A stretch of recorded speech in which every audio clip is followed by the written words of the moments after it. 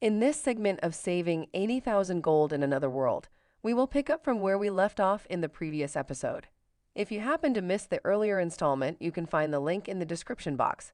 Without further ado, let's begin. Soon, Lord Rainer and his wife visit for a tasting dinner, where Mitsuha presents an array of dishes. Delighted, Lord Rainer proposes a contract for Mitsuha to assist with the ball's catering. However, Mitsuha declines, stating that merely preparing the food would be uninteresting. Instead, she requests full control over the entire event, from the dress to the performances. Lord Rainer agrees, and before they depart, his wife purchases additional shampoo and body wash at a premium price. At the Rainer house, Mitsuha and Marcel discuss the importance of preparing ample food to avoid insulting the guests.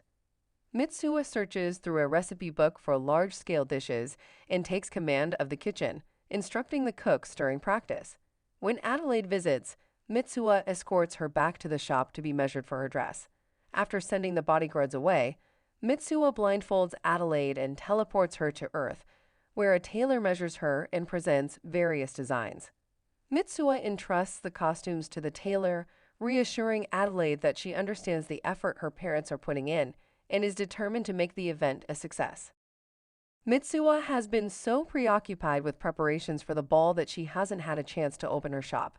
As someone tries to enter the closed store, the night of the ball finally arrives. The nobles initially seem unimpressed by the food, but Rainer thanks them for attending and encourages them to anticipate the performance. As the curtains open, Mitsuha begins speaking through a speaker, introducing Adelaide, who appears in a stunning white dress. The nobles find her charming and admire the design of her gown. They are puzzled by the sight of a field of flowers, which turns out to be Mitsuha's clever use of a projector. Adelaide changes into an armor costume and performs a show, narrated by Mitsuha. The guests are impressed, and Adelaide prepares for her final costume change. Adelaide introduces herself officially, and the nobles cheer enthusiastically. Mitsuha announces that in addition to the regular fare, they'll be serving unique foreign dishes at the back. As the dishes are inspected, the guests are shocked to find fish. They hesitantly taste it, discovering it to be delectable. Everyone seems to enjoy the food, and Mitsuha believes things are going well, until she's suddenly grabbed by Iris. Iris drags Mitsuha to meet Klaus, mentioning her failed attempts to visit the shop.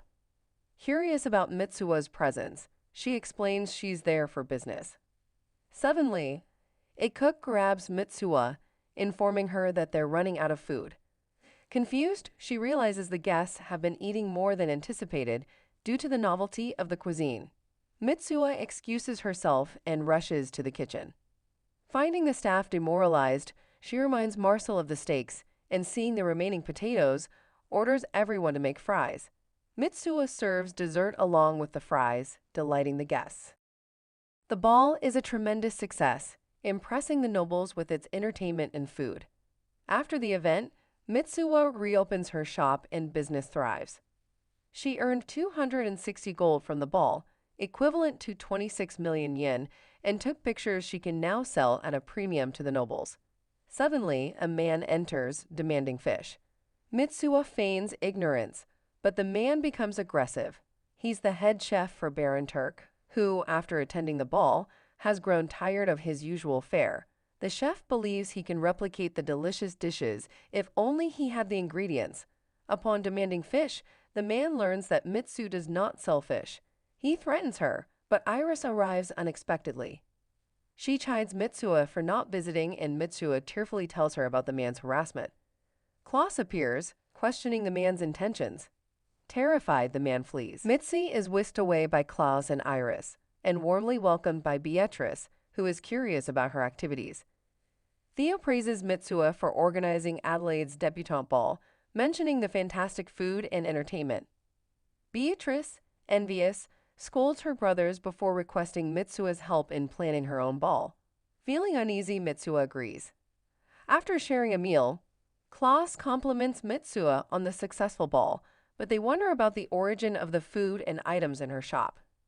Mitsuha fabricates a story about friends sending her the items from back home, and they find her explanation peculiar. Despite her concern about revealing inconsistencies in her story, they accept it as part of her nature. Alexis flirts with Mitsuha, but she recalls him flirting with Adelaide all night.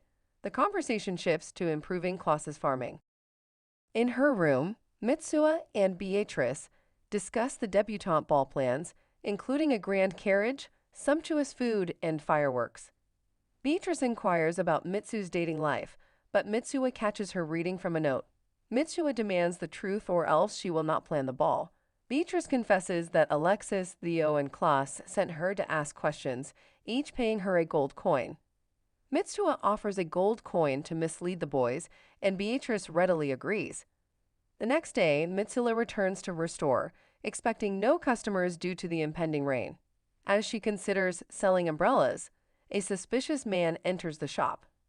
Prepared to defend herself, Mitsuha is interrupted by the sudden entrance of a young girl. The man lunges at the girl, but she skillfully disarms him.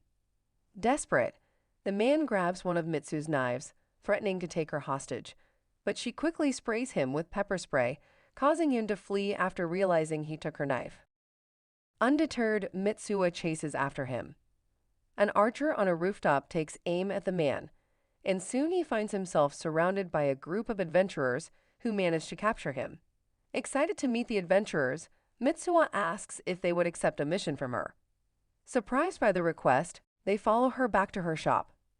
The group introduces themselves as Sven the swordsman, Sepp the spearman, Grit the warrior, and Elsa the archer. Sven cautions Mitsuha about the recent increase in shady individuals, but they see she is well prepared. She explains her mission. She wants the adventurers to act as her bodyguards and support on their next hunting trip, and she plans to stock items useful for adventurers by observing their methods. After discussing the matter, the group accepts her proposal.